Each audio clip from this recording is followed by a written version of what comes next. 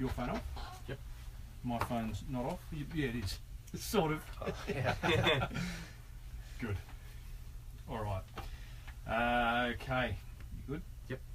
Just checking out. Just make sure it's fine. So, Dale, welcome back to the Small Business Big Marketing Show. Thanks, Timbo. Absolute pleasure to have you here again. Yeah, looking forward to chatting around marketing. Last time we spoke about your business story, and I'm going to link to that and let people kind of listen to that to see where you come from and why you love small business so much. So today we're going to talk specifically about this marketing strategy, this growth strategy called partnerships, right? Yeah, partnerships. Sometimes people call it strategic alliances or joint ventures. You know, those words are sort of used oftentimes interchangeably. Generally speaking, partnerships are a little bit more sort of like informal. Strategic alliances are a little bit kind of almost like an engagement. Yeah. And then a strategic, let me just check this out. So then a joint venture is more of a marriage, and that's where normally there's a contract where two companies will come together and agree to continually promote over a longer period of time. Let's come back to those because there are clearly different types of partnerships and ways businesses can come together for the greater good. What's the best partnership and I mean business partnership here, that you've ever been a part of? Well, yeah, I've done lots of partnerships over the years. You know, my clients are all small business owners, SMEs, so you've got to ask yourself the question, who already has those clients? So over the years, we've done a lot of partnerships with accountants because they have a lot of small business clients. We've also done partnerships as well with a accounting software company as well, and also a company that specializes in business insurance as well, that all have tens of thousands of customers on their books. And we've been able to come up with some partnerships that have been very fruitful for both sides. So why those ones? Notice you weren't too specific there by mentioning names, by the way. Is there a reason for that? Oh, I can mention some of the names, yeah. But one of them is Biz Cover, which is the biggest sort of insurance company as well. Yeah, right. You know, we're in talks with a couple of different accounting software companies right now. We've done some work with Reckon as well, and a number of other different. And also mine. So what was it about those partnerships that made them so fantastic? Yeah, I think when it comes to partnerships, the great thing about it is that they're lending effectively like they're endorsing you to their clients. So it comes with that trust that they have already built up over years and years and years, then gets transported to you. Then the other benefit of it is, unlike other forms of marketing, which are becoming more and more expensive, other than time, then it's free. You just need to make sure that you are able to, you know, some of the smaller ones you can do in a matter of weeks. Some of the bigger ones might take 3 months to sort of 6 months. Yeah, well, especially if you're dealing with corporates as well. And you might need to lock yourself in for at least, you know, 6 or 7 sort of meetings and cups of coffee, which can be quite frustrating after a while, but they can be very, very rewarding. Certainly for me, a partnership that this show has really benefited from has been Virgin Airlines. So I've seen that, you know, and they probably took, I'm going to say 6 months, where, you know, it was a bit of back and forth. No really long meetings. I mean, they heard my show. They didn't have a business show. That this show now goes out on Virgin domestically and internationally, and I can see a direct line from audience growth. It's been amazing, right? And that was a perfect partnership. Not everyone who flies Virgin is a business owner, but clearly there's enough to see an increase. So they work. So define partnership for me. So the partnership is really where two companies come together for mutual gain. They realise the fact that they both share the same clients, but they're in very different businesses. And if we use an example that many people know, we can take, for example, McDonald's and Disney. You know, they sort of worked out 20 or 30 years ago that McDonald's was never going to get into the movie business, and Disney was never going to get into the fast food business. But they both share this common this common market of families and kids. So, you know the story, how it works, that you go in to buy your kids a Happy Meal, and then there's a big, character on the outside. It could be The Incredibles or something like that. Then kids fall in love with this character, and oftentimes come with a little toy, and then so they're playing with it for the next few days or weeks, and then the ads start coming on for the movies. They thought, oh, that's that little character, let's go to the movies. And then while they're at the movies, normally there's, within 2-3 minutes of most cinemas, there's a McDonald's as well. So then they go get the next character, and the circle kind of continues. So you know, the fast food drives movies, and the movies drives fast food as well. Another one that many people know would be Nike and also Apple as well. Yes, where they've kind of formed a partnership together to grow each other's businesses. And then, of course, closer to home in Australia, you've got obviously the big supermarkets now that are doing that have now taken over a lot of the petrol stations, and they're giving the dockets that then you go into the supermarket, you're going to get the next docket to go back and get fuel. Yep. And so they're creating that sort of loyalty but there's partnerships really all around us, and you'll probably start seeing them more and more now that we've got to ask, do you use the fuel docket? Does Dale Beaumont use the fuel? Come on, to be honest, honest show. To be honest, I don't. I really don't. I'm happy to suck it up and pay whatever it is. They always go to use flybys. My wife uses all that stuff, right? And when she does the shop, you know, and I kind of feel like, if I'm only going to, do it once every couple of months, no point. But I probably should. Well, I chase the Virgin Velocity points. I go to BP now instead of, being a tight ass that I am. Yeah. Hey, poor old podcaster and stuff. So, okay, get it. So what we want to do now is walk through 7 steps to creating a partnership that gets you more. I suppose you've got a part of the steps is define what outcome you're looking for, right? It could be more clients, it could be more sales, it could be more email addresses. I don't know. Is that a step? Yeah, so I think that we've quickly established why you want to do this. It's like putting your business, kind of into overdrive in terms of marketing. Okay. And the philosophy behind partnerships are, you've got 2 choices. One, you can either go out there and try to find 1,000 new customers, and so you're walking out to people, do you want to buy, do you want to buy, do you want to buy? It's hard work if you're having to have 1,000 conversations. Instead, you might have 5 or 10 or maybe 20 conversations, and you identify a marketing partner.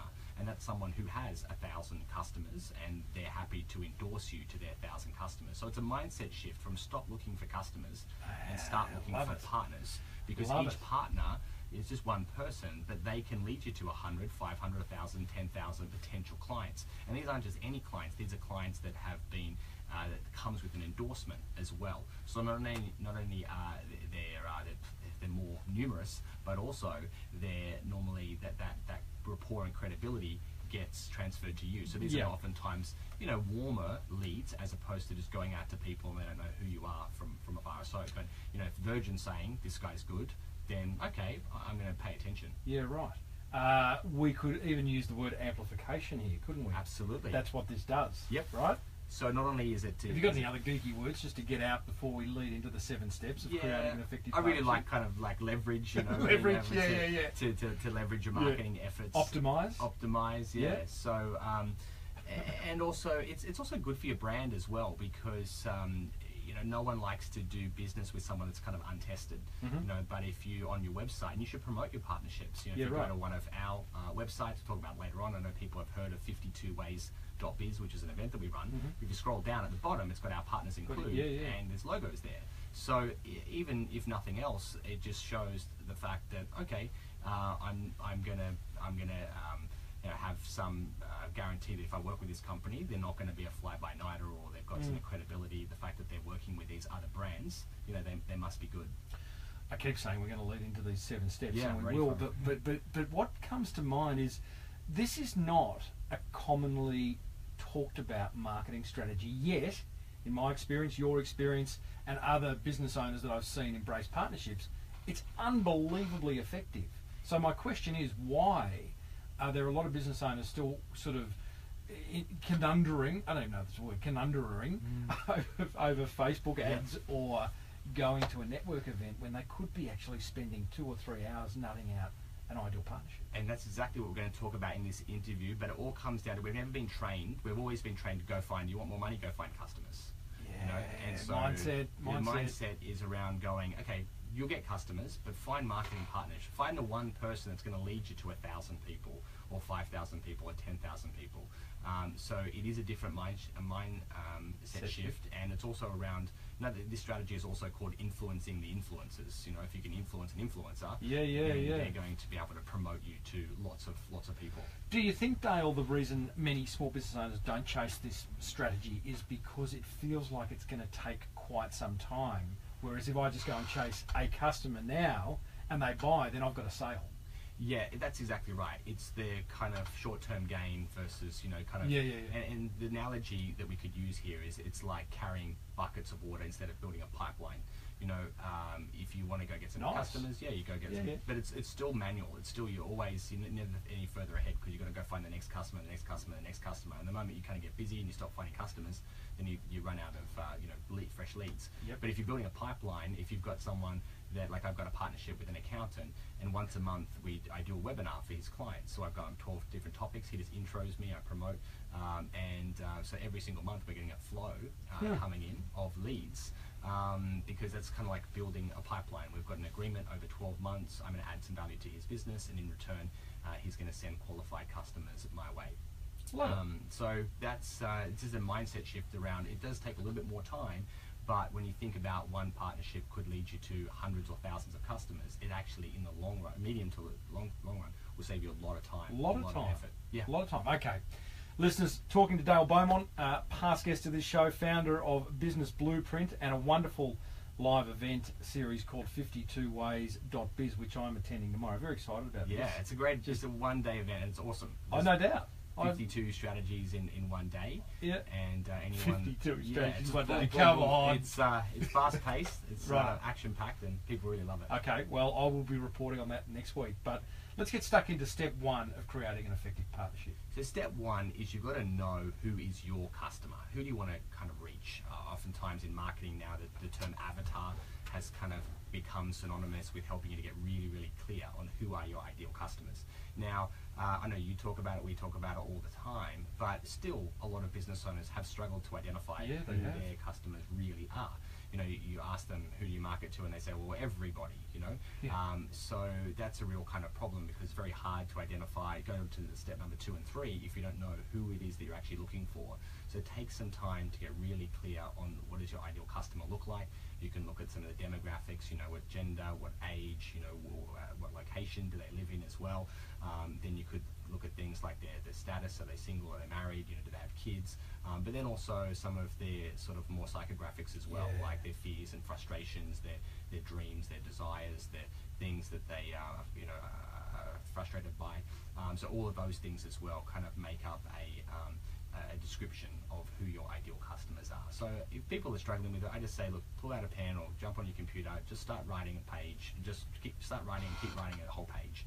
And if you force yourself to just go deeper and deeper and deeper and deeper, you really start to develop a profile of who your ideal customers are. And there may well be someone in your friendship group or your wider community that you go, oh, that person they are my ideal customer. She's everything I want in a client. So if that's the case, then work your way backwards. Go, okay, she's the ideal client. What is it about her that you love? Yep. You pick a person, or you might pick 10 of your top 10 clients and look at what are the things that are consistent, commonalities around those people as well.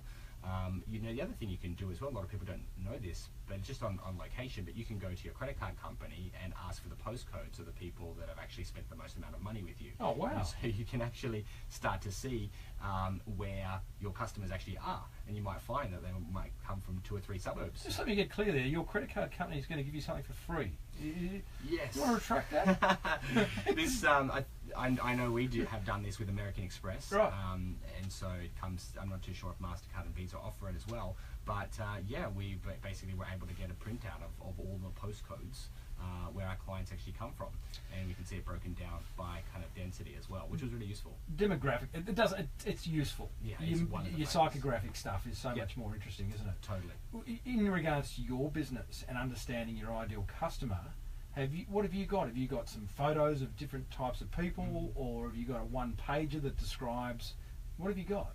Yeah, so we've got a customer avatar, and the main one we have is called, and we've even given them a name, called Middle Mandy, and we also have Startup Sally, Middle Mandy, and High Flying Harry. Right. So we actually have 3. Yep. So ours is kind of like a little bit of a bell curve, where around 20% of our customers would be startup entrepreneurs, people that are deciding, that's it, sick of working for someone else, and I really want to break out and start my own business. So oftentimes, as opposed to people in their sort of 20s and 30s, a lot of our startups that we work with are people in their 30s, 40s and 50s. Sometimes we call them even late bloomers. They're people that have become unhappy happy working for someone else. Cubicle escapees, Dale. Yeah, that's Cubicle right. escapees. And really want to get out there and give it a crack. Yep. And so that's Startup Sally, and we've got a whole profile and description of what she looks like.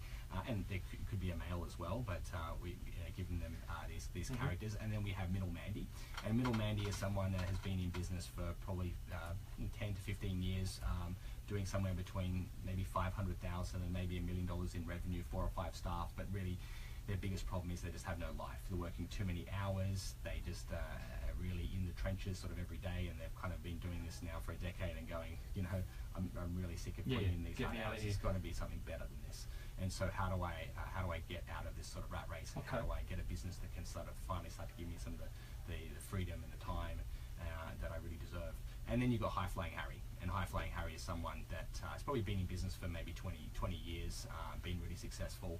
But the problem is that the business has been built for another generation, and they've got oftentimes very old sort of systems and very kind of poor sort of marketing. So they want to upskill, they want to upgrade and build a business for the future.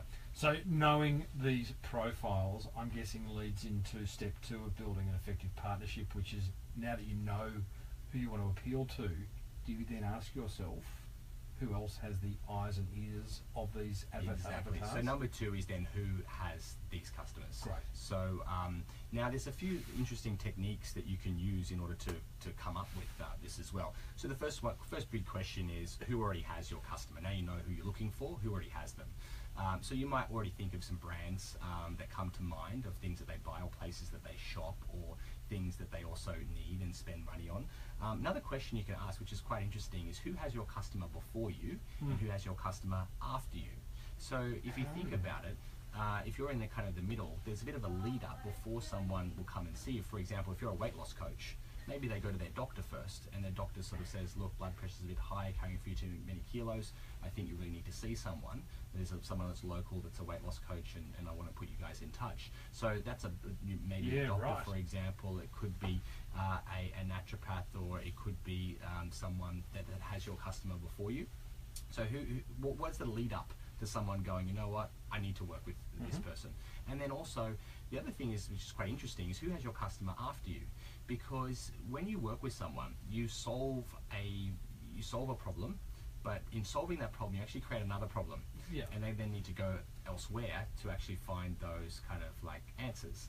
So, for example, in our kind of business, we've helped a lot of people become successful and make more money, and oftentimes they then sort of have a problem with regards to sort of tax, or they might be looking to invest. Now, we don't do any investments in our company, but we then send our clients to other people that they can go to get advice around structures or tax or those type of things. Now, we're helping them, so they should be helping us. So we now have partnerships with those people to reciprocate, because we're sending them clients anyway. Like another one is a lot of people come work with us, and they then realize the fact that they need a new website, or they need to get onto Google Apps, or they need to move to a cloud-based accounting software. So who has your customer before you, who has your customer after you? Now, one more little technique, and then we can move on to the next point that's also useful, is going, what magazines does your avatar, does your ideal customer read? What kind of magazines? And then go and buy these magazines. It's a bit old school, but we'll keep going. Yeah. But now you're not going to look at the articles. You're going to look at who's advertising in those. Who's advertising. So who's trying to reach those people? So all of those people that are advertising in business magazines, in my case, they're all potential partners, because they're the ones that are paying good money to advertise to people. So if we could probably extend that into websites and exactly. Who's got banners? Who's got banner ads on those websites? But the magazines are still, if there is a magazine in your particular industry, who's advertising, or who's running Facebook ads in your industry to try and get to your customers. When was the last time you bought a magazine? Actually about 3 days ago. So really? One of my friends, Lisa Messenger.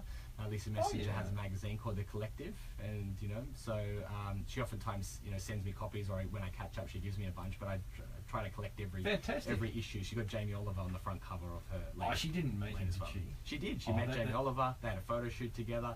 There's a bit of bromance between Jamie and I. He doesn't know that, right? But well, I mean, what a marketer, hey? Oh, he's amazing. Amazing. Another conversation altogether. But wow, that's cool. I mean, I facetiously said, when was the last time you bought a magazine? But that said, cycles, right? You know, while everyone's online, magazines kind of get read. Yeah, You could argue. You can, and you've done a little segment on my show around maglogs. Magalogs, absolutely, something physical. Magalog is a cross between a magazine and a catalogue, and they're really, really powerful. It's basically like putting a salesperson, in print, and magalogs can be really effective. I love that. When everyone else is yelling, whisper. Yeah. I digressed. So we have so far identified who our ideal customers are. We have gone and identified who has the eyes and ears of those customers. We've gone and bought some magazines to see who's advertising in those magazines in the industries in which we are interested. Exactly. And now we've got a long list. Yes, so we start our list, and normally what we do with our list, you break it up into businesses and industries. So if you think of a business, and it could be, for example, snap printing, then you go, great, now what industry are they in? Well, they're in printing. What are the other types of printing businesses? So you could put down Vista Print, and you could put down Officeworks and a whole bunch of different ones. So once you identify a business, then sort of chunk up, find out what industry they're in, and come up with at least 4 or 5 other alternatives from that same industry. Because when you're doing partnerships, if you can sort of be negotiating, create some competitive tension, say, look, I'm in talks with this company, and this company right now we're looking for the ideal insurance provider. I'm currently talking with Suncorp, and I'm also talking with RACV, and I'm talking with this company as well. We need to move this. Play them off. Yeah, exactly. So it's always good to have at least 4 or 5 in each kind of area. Okay. So step 3 is to make contact with them, or step 3 is simply to go and expand on. In my mind, before we get there. So step 1 was around know who your ideal customers are. Step 1, who already has them, and develop your list. So that's all part of step number 2. Step number 3 then is, before you start to, let me tell you a story first. Story. Okay. So I was at this personal development seminar once, and this lady was sort of talking about finding your ideal customer. Finding your ideal partner, right? So it's like a relationship sort of workshop, and if you watch the movie pre-marriage days, pre-marriage days a number of years ago. If you watch the movie The Secret, it'll basically say, get really clear, the power of your thoughts, know what you want, blah blah blah blah blah, write it down on paper and look at it, visualize it every single day. And she's like, that's bullshit. She said that before writing this list of, I want someone who's tall, dark and handsome, blah blah blah blah blah, and this list of who your ideal partner is, instead write a list of what qualities, what attributes do I have that's going to attract a partner like that. So before you think what you want, think what have you got to give? Because maybe you might want someone that's tall, dark and handsome, but maybe they don't want you. So that's where you have to think before you think about, when you go into partnerships, like, I want you to email to my database, I want what have I got to give? Nice. So you've got to think about, this is where you do a bit of an audit, a bit of a sort of a stock take, and you start to think about, what do I have to trade? Because that's really what a partnership is about. I've got some assets and you've got some assets, and we need to come up with a way that we can trade some of my assets for some of your assets, and we both win out of it. So that's where you've got to think about, what do I have to offer? So it's kind of quite interesting. We can come up with some ideas here. And I would have thought too, just speaking of doing that audit around assets, I would say to anyone listening who's thinking, I'm quite liking what Dale's putting down, that there'll be assets in your business that you might not attach value to, but others would. Yeah. And the first one that we can jump right in there, and I know you're a big believer in this, is knowledge. You're also, every person, as you say, is sitting in a mountain of knowledge that's in their head. And so one of the things, for example, is the knowledge that you have. So it could be articles that you've written. It could be things like maybe videos that you have produced, or the fact that you can stand up and you can speak, or you can do like a webinar, for example. Because one of the types of businesses that I do partnerships with is like accountants. Now, accountants are great accountants, but oftentimes get them in front of a room full of people and have them actually speak. Hello to all you accountants out there. They oftentimes really struggle. Yeah. So I basically have approached a number of accountants before and said, how about we put on an event for your clients? We'll call it like a client appreciation event. We'll invite your clients along, and they'll get 2 hours of awesome content. And so what we will do is, all you got to do is give a 30-second intro, and then Right. I'll come up and I'll do the speech, and at the end just thank everybody, and then we'll go have drinks. Happy days. So that's all they need to do. So what we're able to do is use an asset that I have, which is my ability to speak or my knowledge, and what they have, what they bring to the table is their list and their customers. So that is where we've formed a great exchange. So one thing that you could do as well is that you could you've got a database of your customers that you have as well. You put out point of sale materials that you might have, where you might have the ability to give people a show bag when they purchase something as well, or it could be an over-the-counter coupon that they might give. You might be able to create a stand in your shop, to promote someone, or it could be kind of like a wall where if you're going to doctor's surgery, there's brochures, there as well. You could look at doing something along those lines. So some people that have physical businesses have in-store real estate, where they could actually have a corner of their office, or they could have a wall dedicated to exposing their customers to potential complementary brands as well. So if you really start thinking about it, you realize that you want to come up with at least 5 things that you've got to offer, because different things will motivate different people. Another thing as well, you might even be able to offer a financial incentive.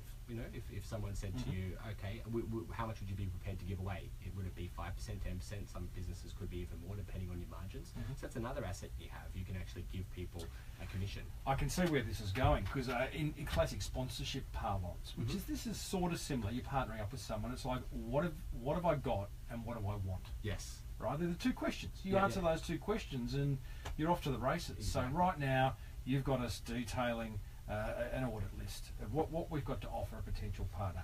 And I'm guessing you would keep referencing back to that list. So the insurance companies that you listed, you might have different things for them than you would for the printers that you're listing, right? So it's not going to be one list fits all. Could be. That's not complicated, because we want people to embrace this strategy. But you could kind of get quite micro in the way you decide what have you got to offer, right? And I know that we went into the digital. We talked about magazines before, but we then talked about Facebook ads.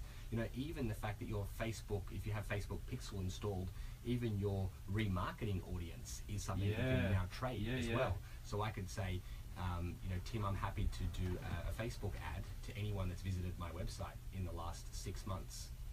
And that could be, what I'm going to do. You might pay for the actual ad spend, but what I'm going to do is give you qualified people that have been pixeled. So now that even becomes a commodity that you can trade as well. Brilliant. So come up with at least 5 things. If you can't come up with 5, you're just not trying hard enough. Go deeper, look around you, see what assets that you have, maybe even talk to a few friends, because sometimes you don't even realize the fact that you've got all this knowledge in your head, or you've got so much experience, or you've got videos lying around, or you've published a book before that's just sitting in your garage. Everyone has assets. Think about what they are. Talk to other business colleagues. I'm feeling like this could be a really good brainstorming session for 2 or 3 different business owners to sit down, go through this episode, and actually literally stop. Okay, what do you got to offer? What do you got to offer? And help each other articulate. Because sometimes, as you say, we don't see what's right in front of us, but others do. Step 4. So step 4 is then you're going to decide. You need to be clear. What do you want? This is your time to actually say what do you want. And what you need to do. My daughter's very good at this. Can we just get her on the phone? Exactly. Kids are very, very good at knowing what they want. But the reason why it comes after is because a lot of times we just focus on what we want, not on what we have to give. And so it becomes really sort of self-serving, and people kind of realize the fact that you're going in and you're just looking, what can I get, not what can I give? But once we're ready for that, you do have to be clear. What do I want? And what are the best actions that are going to lead to growth in my business? So if the question I'd ask is, if I was to wave a magic wand, Tim, and do any action for you that was going to help and improve your business, what would that one be? Right. Well, in an ideal world, I'd love you to send an email to your database with this particular link. Great. That's awesome. But what about if for some reason I don't have a database, or I've already got my schedule booked for the next, what's the next best thing that I could do for you? And say, well, the next best thing is that you could give a book to every single person that comes along to one of your events or whatever. So what we need to do is come up with at least 5 things as well that would benefit me. Maybe we could do a video together and we send it out to our database, or maybe you could give out a flyer to every single person that comes along to one of your events. And this is, for my friend Dale Beaumont, here's a gift, or something along those lines. So come up with at least 5 things that are going to add value to you.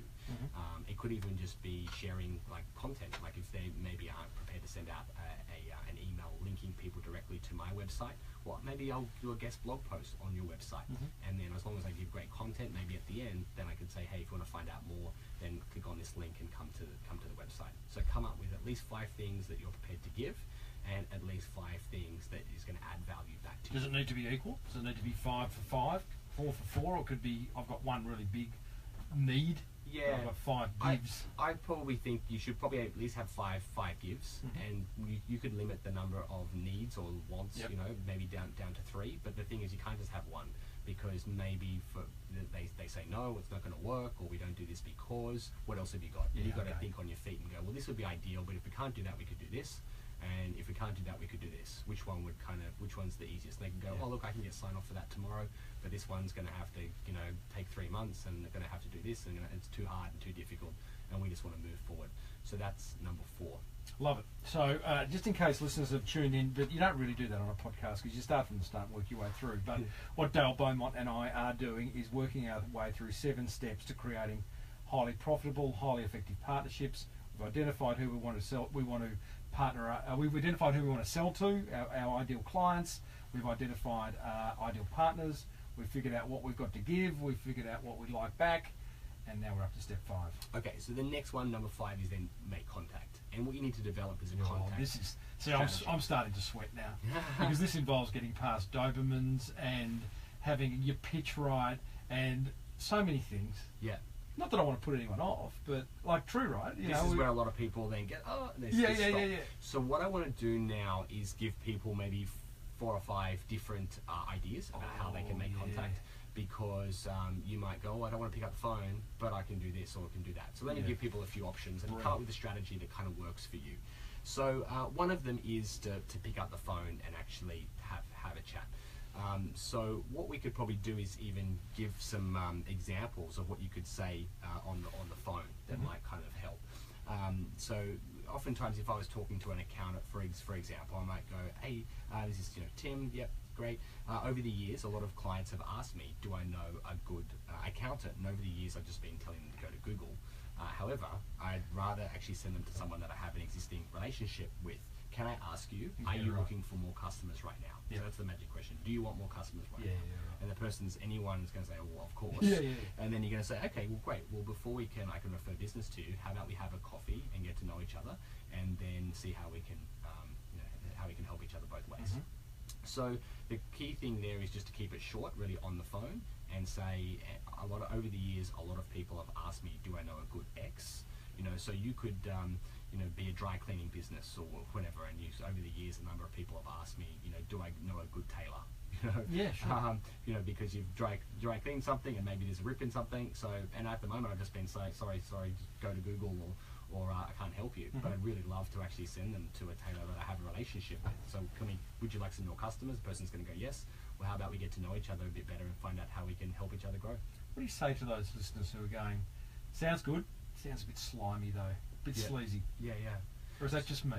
Yeah, like if you really think about what your intention here, you're generally going, I want to, I've got customers and you've got customers, and we're both in non-competing businesses. And if you want to just do straight talking, you can just say right up front, we share the same customers. We're not competing. I'm not going to become a tailor. You're probably not going to become a dry cleaner overnight. So how about we catch up, and I can see how we could actually make this a win-win partnership for both of us. Straight talk. Straight talk. Anyone that...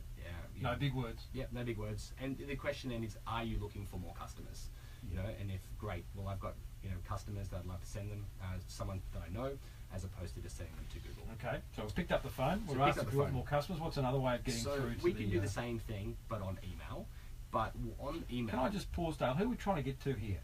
So oftentimes it depends on the business. If it's your small business to another small business, then you just talk straight to the owner. Right. If it's a major company, then oftentimes it's the CMO who looks after marketing in these bigger kind of companies. Gotcha. Yeah, it depends. If it's really just around digital, it could be like a digital marketing officer, or otherwise you could go straight to the top. The CMOs normally where you talk to. So the other one is email. And again, same thing on email. What you should not do is do a big long email saying I've been in business for 25 years and I've got all this experience and all these awards and blah blah blah blah blah blah blah. And it's simply a matter of, and there's even a strategy around this called short, personal, and expecting reply. So most emails are long, they're impersonal, and they don't expect a reply. So flip that around, make them short, make them personal, expecting a reply. Hey Tim, just wanted to see, are you looking for more customers right now? Question mark. Dale. That's it. I love it. I love that. It's the 9-word email. Yeah, that's right. So I sent one today. Yeah. In fact, I sent it before you came in, so I'm quite excited because it's actually with a potentially big partner. Nice. So I'm excited to see whether this person bites. So very short, 1-line email. Are you looking for more customers right now? Question mark. And the person's, they're probably going to be confused. That's totally fine. They're going to say, well, why do you ask? Or they're going to say, what do you have in mind? But they're going to reply. Or they're going to reply. Yeah, they just can't not reply to an email like that. How can I not and then you would say something along the lines of that, so that they reply back and say, yes, I'm looking for more customers right now. And you go, got ya. And then you would probably say something along the lines of, can you tell me a little bit more about your customers and the type of customers that you're looking for, question mark.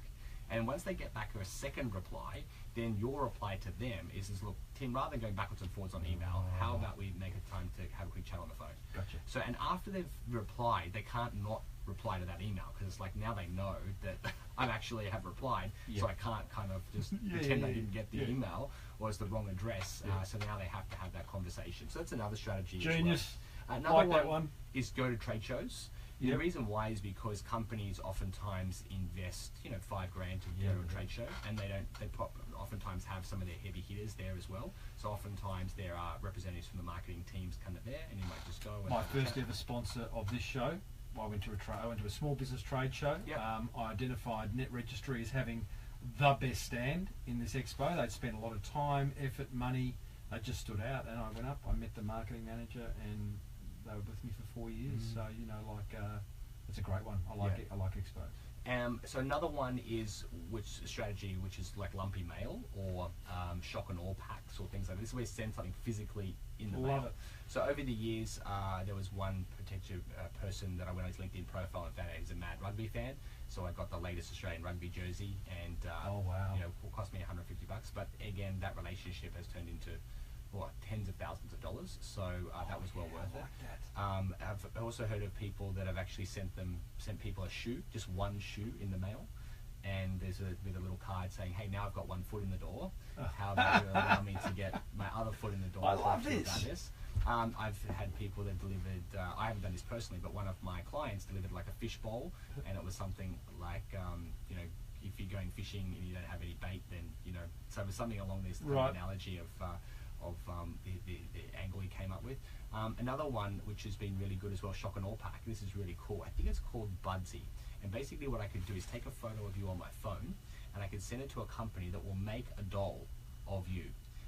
And it costs around about $100. Stop it. So it's a doll of you, and then I could put it in a box, and I could send it to you, and you would go, oh my god, and you're going to pick up the phone, and guaranteed you're going to give me a call back. Budsy. Yeah, Budsy. Australian? It's an American company, and I'm waiting to find someone in Australia. If someone's out there that wants a business idea, I will send you hundreds of clients if you can make dolls of selfie photo, get their LinkedIn profile, send it to them, and they will make a doll based on your face. Shock and awe. It's amazing. So that's a shock and awe pack. Okay. So you've got the phone call, pick up the phone. You've got short, sharp, expecting reply email, the one-line email. You've also got going on to trade shows as well. You've got the shock and awe pack, which can be really good. Or the other thing that you could do as well, which I know you've used many, many times, is to become a content producer, launch your own podcast, or have your own digital magazine, and call them up and say, hey, I'd like to interview you for the magazine. And that is a great way to cut through all of the gatekeepers, and you then have half an hour of time where you really do a good job in adding value, and at the end they're going to be curious, who are you, tell me more about your business, and now you go, let's catch up and let's talk a bit about how we can help each other. I could talk about that for a long time, Dale. I won't, but suffice to say, the email subject line and interview request ... gets opened and responded to 100% of the time. Because we like to talk about ourselves. Totally. Right? Yep. And I'd never started this podcast as a way of getting in the door, but it's got me in the door, right? I mean, look at you sitting in front of the great man. Hey, I'm honoured. So okay, we've got 5 ways of getting in front, getting past the Doberman, yes, and making contact. We've spoken about, because there's two parts of that. There's the medium, which is shock and awe, or phone call, or email. There's the message in there as well. Now, you touched on that because it's like, do you want more clients, or we just go straight for the jugular and say, hey, listen, you and I share similar clients, but we're not competitive. Yep. But just have your pitch right. And we've spoken a lot about pitch on this show. Totally. I've had what was his name, Oren Clef, or is it? Yeah, the pitch guy. So very important. And again, and I struggle with this. Like, don't be verbose. Like, less is more. Yep. And I'll shut up now. Yep. Step 6. Okay, step 6. Step 6 is what I call do the dance. And this is whereby there is no, at this point, you're having a coffee with them, or you're chatting with them further on the phone, you're a scheduled meeting, and now you're kind of trying to work out how we could put a deal together. So normally at this point, what I find is it's all about it's just asking questions, and it's just about showing interest. And so you know why we're having this conversation, because we both share clients, but we're not directly competing, and we're going to see what we can do to help each other grow.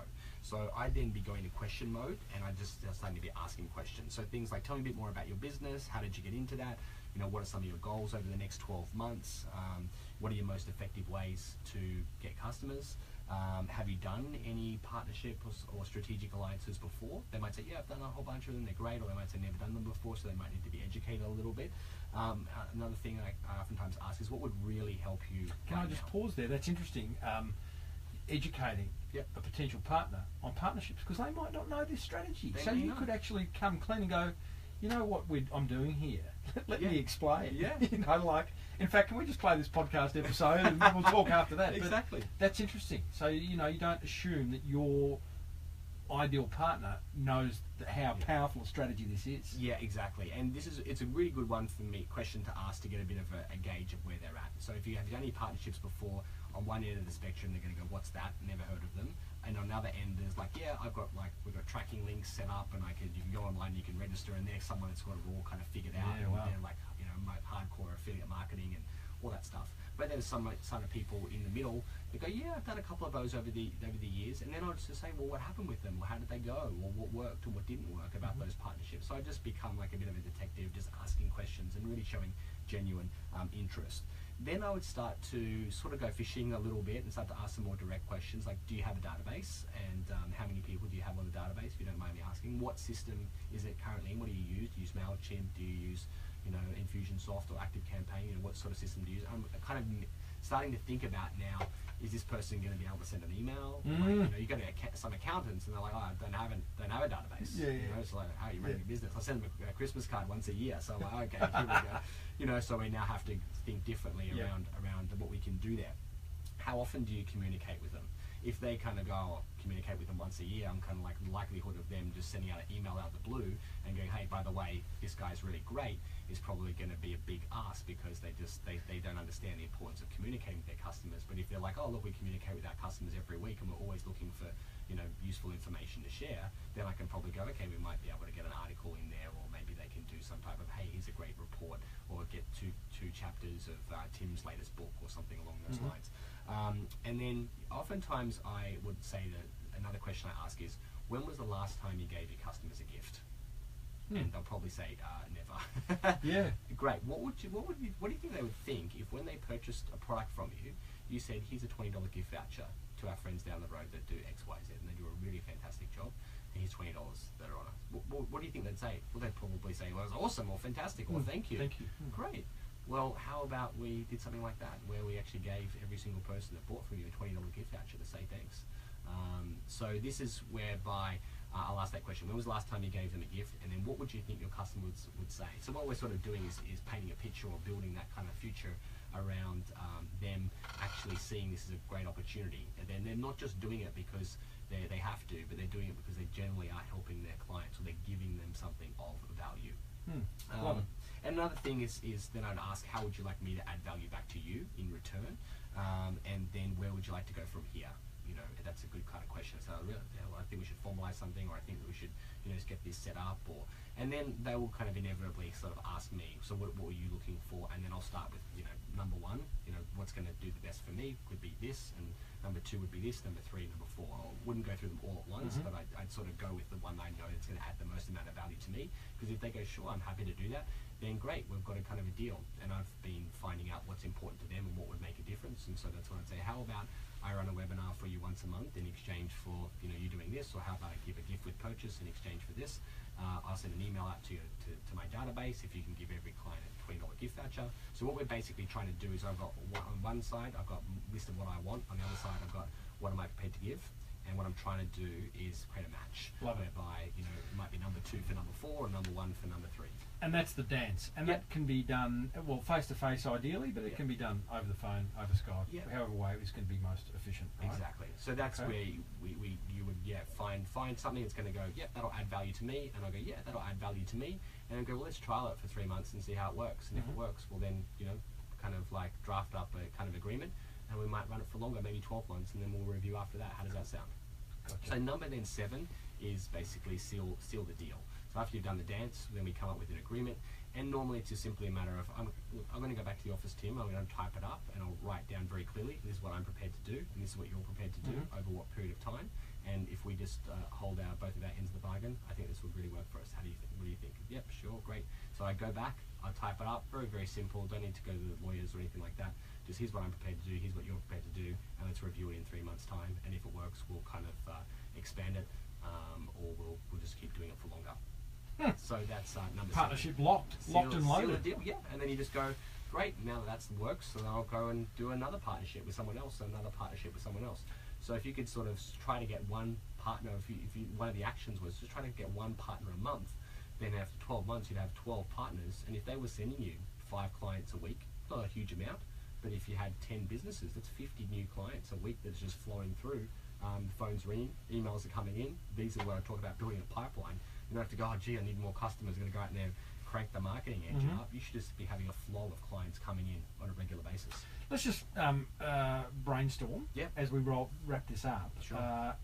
For businesses that are listening. So what would a vet do? What's a vet? I'm putting on the spot here, but let's just kind of throw some ideas around. Okay. A vet goes, partnership strategy sounds good.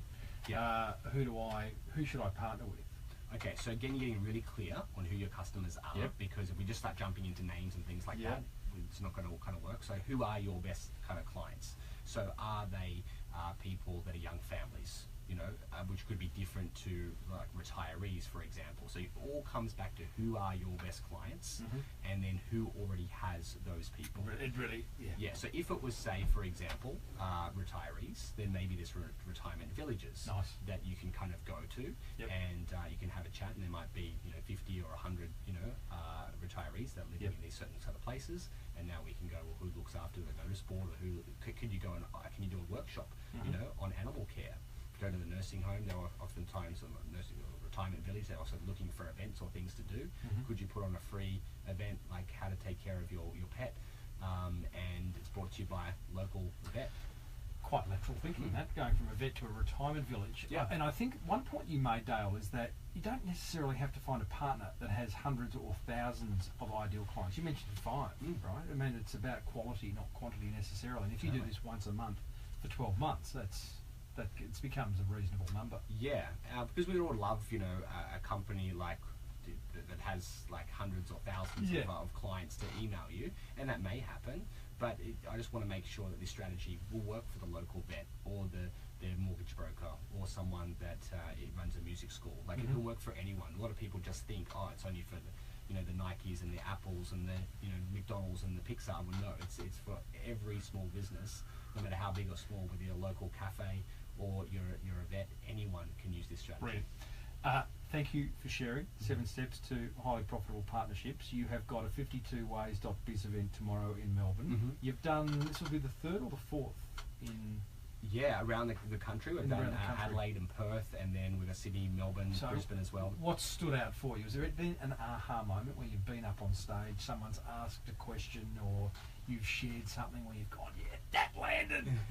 There's lots of points that kind of land. I think because you've been doing this for a while, right? I've been doing it for nearly 10 years that I've been running workshops and events for business owners, and I've kind of been banging on for a long time talking around how, like I remember talking about Facebook when it was like only 18 months old. Wow. You know, talking about social media, the rise of social media, what is it and why it's important. You know, even things like Google AdWords when they first came online as well. So I was an early adopter of all this technology, and I found that a lot of people were still just not really, trusting these new kind of mediums. But I saw recently that between Facebook and Google, they now control 85% of all online advertising spend is between two companies. And so if you want to stay relevant to your customers in the future, everything's moving, a lot of it's from offline to online. And if you're not embracing things like Facebook and Google and many of these other tools, you're really going to get left behind. So I think I don't really have to try as hard anymore in convincing people about why they need to get on board the digital revolution, why they need to start using more modern forms of marketing, because people are feeling it. They're just knowing the phone's not ringing. Yeah, There's I see not that. enough people kind of coming through the doors anymore, and they know that they got to do something different. So people are coming there going, all right, I'm ready now. Yeah, that's right. You're no longer having to shove it down their throat, but you are having to. They know, they haven't necessarily taken action. It's interesting. Yeah. It's like when I talk about podcasting to an audience. They're now, most of them have heard of the term podcasting. Most have listened to a podcast. Yeah. Then the numbers get smaller as to someone who's subscribed to a podcast ongoing.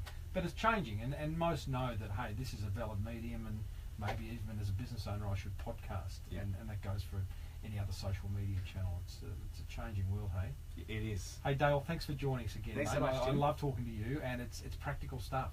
Like people can now hit stop and go and send like a rugby jumper or a what was it called, a budsy. Hey, I'm gonna go and find that. Love it. Thanks, buddy. Thanks so much. Love it. Thanks, Steve. Good. I'll wrap all that up into a little bow. We can turn off. Did Facebook Live go the distance? Yep. Goodness me. See you guys. See Thanks ya. for tuning Bye. in.